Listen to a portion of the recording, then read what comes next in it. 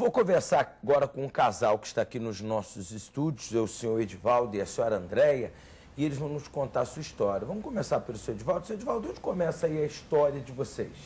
Bom, já na minha infância, foi uma infância muito sofrida, porque aos 2 anos de idade eu perdi meu pai, que foi morto numa boate, a tiros, e a partir de então foi uma trajetória de sofrimento e dor, porque minha mãe teve que me criar sozinho. Quem está falando aí sobre os pais é difícil. Com certeza. Sem o pai, né? E aquilo, o amor, né? O amor da mãe e do pai não se compara a nada, porque minha mãe, apesar de toda dificuldade, não ter cultura, não ter estudo, ela fez o que podia para me criar. Então, a partir dos 2 anos, só você e a mãe? Sofrimento total, porque no decorrer desse tempo, o que aconteceu? Ela se relacionou com algumas pessoas. No caso, um dos relacionamentos foi um que durou 15 anos e havia o alcoolismo, né? A violência. E eu, como criança, a partir dos 2 anos, já daí em diante já presenciava meu pai ali batendo na minha mãe, porque chegava bêbado em casa. Que era o seu padrasto? Meu padrasto, né, na época. E ele agredia ela? Agredia. Chegava bêbado? Mesmo, com certeza. Quebrava tudo dentro de casa. Muitas das vezes, não foi uma nem duas, foram várias vezes que meu pai, ele colocava a gente para fora de casa, né, e a gente tinha que procurar pouso na madrugada nos vizinhos. Era uma humilhação total. E no decorrer disso, o que aconteceu, eu sem o apoio dos pais, porque quase não tinha a presença dos meus pais, fui se envolver, como não havia o carinho dentro de casa, fui se envolver com as más companhias. Não tinha o carinho dos pais, mas tinha o carinho dos traficantes, da bandidagem. Conforme eu fui crescendo, eu já fui me envolvendo com pessoas de má índole e, como consequência, eu entrei no mundo das drogas. Com qual idade você entrou nas drogas? Como já havia esse trauma, né? Comecei a usar drogas mesmo, forte mesmo, a partir dos 13 para 14 anos. Que foi quando eu comecei usando thinner, depois evoluí já para cola, loló, que são aquelas drogas mais populares, mais baratas, né? E, consequentemente, já entrei na maconha e foi só um degrau para chegar no crack também. Então, gradativamente, fui me aprofundando cada dia mais no mundo das drogas. Como não havia uma profissão, muitas das vezes deixava de estudar para poder usar droga com os amigos, entre aspas, né? Então, não tinha uma perspectiva nenhuma de futuro. E minha mãe várias vezes teve que me tirar da cadeia, porque a polícia me pegava usando droga, como suspeita de roubo, porque como eu não tinha dinheiro, eu roubava até os meus pais, a minha mãe. No caso, roubava dinheiro da bolsa dela, saía para as ruas drogado para roubar, assaltava pedestres, enfim, realmente sofrimento total. Chegou a ser preso alguma vez? 4 vezes preso. E sua mãe teve que ir à delegacia? Teve que ir à delegacia. Uma vergonha? Uma vergonha. Inclusive, um que me marcou muito, que um dia minha mãe foi me buscar e, na época, os policiais, eles querendo ou não, né, faziam a gente contar de onde a gente pegava droga, aonde ali havia boca de fumo. E uma das vezes, bem na hora que eu ia começar a apanhar, né, recebi ali, como que eu posso dizer? Eu estava me interrogando, né, de uma maneira mais cruel, vamos dizer assim. Meu irmãozinho chegou e começou a chorar, a gritar, bem dentro da cadeia, foi bem triste, assim. Quer dizer, sua vida já estava assim, no fundo do poço, né? No fundo do poço. E trabalho, estudo, nada? Nada. Meu prazer, qual era? Era estar com as más companhias, porque quando eu não tinha dinheiro para usar droga, tinha os companheiros que tinham drogas. O prazer era ficar jogava na época vários tipos de jogos, né? Também era um dos vícios que eu tinha, ficava bebendo o dia inteiro, fumando maconha o dia inteiro e à noite saía roubar para sustentar o meu vício, né? Um inferno. Um inferno total. Aí chegou a que ponto? Chegou ao ponto de eu já achar que realmente não tinha mais nem sentido, nem fazia sentido a viver, né? Porque era só sofrimento, só dor, só... E no decorrer desse período, como eu frequentava baladas, né? Foi quando eu conheci minha esposa, que foi numa balada também. E aí, André, conheceu o Edivaldo numa balada? Sim, senhor pastor. E sabia que ele usava drogas? Não sabia no começo não, senhor pastor. Não. Porque no começo, assim, a gente tipo, se envolve, assim, e se vê a pessoa como se ela fosse uma pessoa legal, né, bacana, tá ali naquele momento ali. E não sabia. Depois quando eu estava bem envolvida, assim, com ele, que eu fui descobrir que ele era usuário de drogas e que ele tinha todos esses problemas, assim. Mas eu sofri bastante também antes de chegar na igreja, né? Por quê? Eu tive uma infância, assim, muito sofrida, muito... Meu pai também era alcoólatra, tinha problema de bebidas, assim, era muita briga dentro de casa, muita discussão, ameaças. Então, eu era uma criança bem oprimida, assim, triste, porque eu via meu pai ameaçar minha mãe, até mesmo com faca e desavenças, assim, o tempo todo. E eu achava que, tipo, fui crescendo, na minha adolescência eu tinha vício de cigarro, muito cedo comecei a fumar cigarro, fumava bastante. E então comecei a sair, comecei a procurar fora, né? Porque dentro não tinha carinho, era só angústia. Então fui procurar fora e em baladas assim que eu conheci o Edivaldo.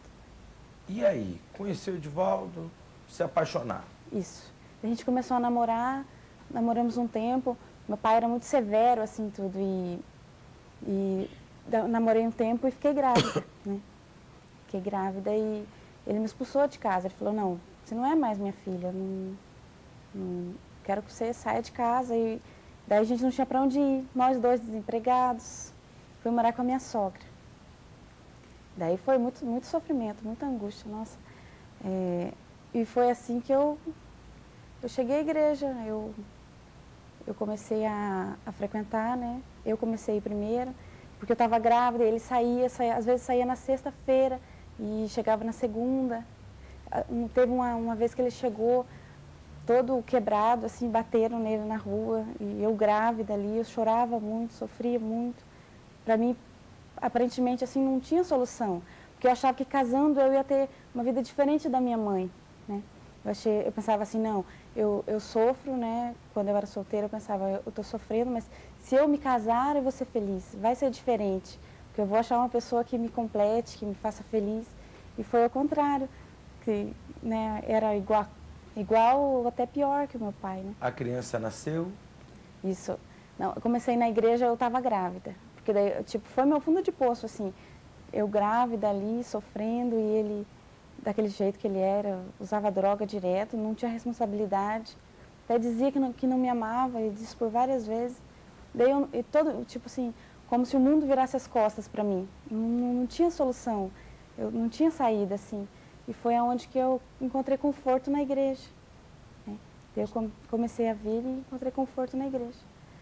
Daí os pastores, os obreiros me ajudaram. Daí eu comecei a chamar ele, convidar ele para ir. Você começou a lutar por ele? Isso. Fazia corrente, levava fotografia, peça de roupa. E assim foi. Demorou mais ou menos um ano, mais ou menos, buscando.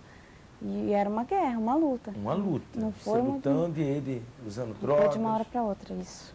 Mas valeu a minha libertação também, né? Porque quando chega na igreja, nas primeiras reuniões de libertação, assim, as pernas tremem, né? Fica aquele pensamento assim, vai embora, né? Sai daqui, se sente mal, né? Mas é o mal, né, que tá saindo. Tipo, a gente tem a consciência que tem que passar por aquilo. Porque eu via falar do Senhor Jesus, do Espírito Santo, e eu queria muito aquilo para mim. Eu achava assim, se eu conhecesse a Deus, esse Deus que falam na igreja, eu vou ser feliz, tudo vai mudar, e ele ia se converter, né? E se eu buscasse por ele, então eu busquei por mim e por ele, e Deus honrou, Deus abençoou, graças a Deus. Havia, pastor, um vazio, né? Hoje a gente entende isso, a gente entende que era algo espiritual, porque esses tempos, há poucos dias atrás, a gente estava fazendo uma retrospectiva do meu passado, e eu fiz uma análise, e só de pessoas que morreram com overdose, mortos em confronto com a polícia, jovens que se mataram mesmo, se enforcaram, os que estão ainda viciados, que estão presos, Olha, já deu mais ou menos uns 15 a 20 pessoas que estão, que era do já seu não tão, convívio. Com certeza. E muitos deles, né, como já faz um tempo que a gente se converteu, muitos deles eu tive a oportunidade de falar dessa transformação, de falar desse Deus, e não deram ouvidos. Eu fiquei com a consciência limpa porque eu fiz minha parte com eles, porém, eles não deram ouvidos. Alguns estão até mortos. Com certeza. E com a alma, só Deus sabe, né? Edivaldo, quem é o Edivaldo hoje? O Edivaldo hoje é uma pessoa equilibrada, uma pessoa compreensiva, que toma atitudes com fé e inteligência, um bom pai, um bom marido, um exemplo, como havia comentado com o senhor. Muitas pessoas na época, como conheciam o meu caráter, sabiam do meu envolvimento com drogas, sabiam do meu histórico, tinham medo de que seus filhos ficassem perto de mim, porque sabia que eu era uma má influência, sabia que eu ia levar a pessoa mais para o fundo de poço, mais para o buraco que já estava. Hoje em dia, pessoas mudaram totalmente o seu modo de pensar em minha relação, porque hoje eles têm o prazer de me receber em suas casas, porque sabem que eu sou um bom caráter, tenho uma boa índole e vou dar uma palavra de fé, uma palavra que vai levantar a pessoa. Liberta das drogas completamente? Com certeza. Quem é o Edivaldo hoje como marido? Um marido, aí eu acho que eu passo para minha esposa que ela pode contar melhor, pastor. Como pai? Como pai, um bom pai, com certeza, né? Baseado na palavra de Deus, a gente dá bons conselhos, carinhoso. Quantos anos tá? É menino ou menino? Tem 11 anos a minha filha. Sua filha? Sim, senhor. O Edivaldo como marido, André, quem é o Edivaldo hoje? Ele é um homem de Deus, pastor, uma bênção, graças a Deus. E cuidadoso, carinhoso, e nossa, é um sonho de esposo. E eu sou muito feliz, graças a Deus, pela igreja e pelo Senhor Jesus, né, que abençoou, transformou por completo em todas as áreas. Deus tem abençoado, né? A gente morava de favor, hoje a gente tem a nossa casa própria, tem o nosso carro, né? Financeiramente também temos nossos trabalhos, somos bem-sucedidos financeiramente. Deus tem honrado e eu sou grata, muito grata ao Senhor Jesus pela transformação. Hoje eu não sou mais nervosa, não tenho mais vício nenhum, né? Deus tem honrado e eu creio que tem muito mais para abençoar, porque... Quando o diabo, pastor, ele entra na vida de uma pessoa, hoje a gente entende isso, ele entra para acabar com todas as áreas, financeiramente, familiarmente, enfim, levar a pessoa para o buraco. E hoje a gente entende que quando o Espírito Santo, quando Deus, quando o Pai das Luzes entra na vida da gente, também ele vem com uma vida totalmente completa. E além disso, paz interior, né?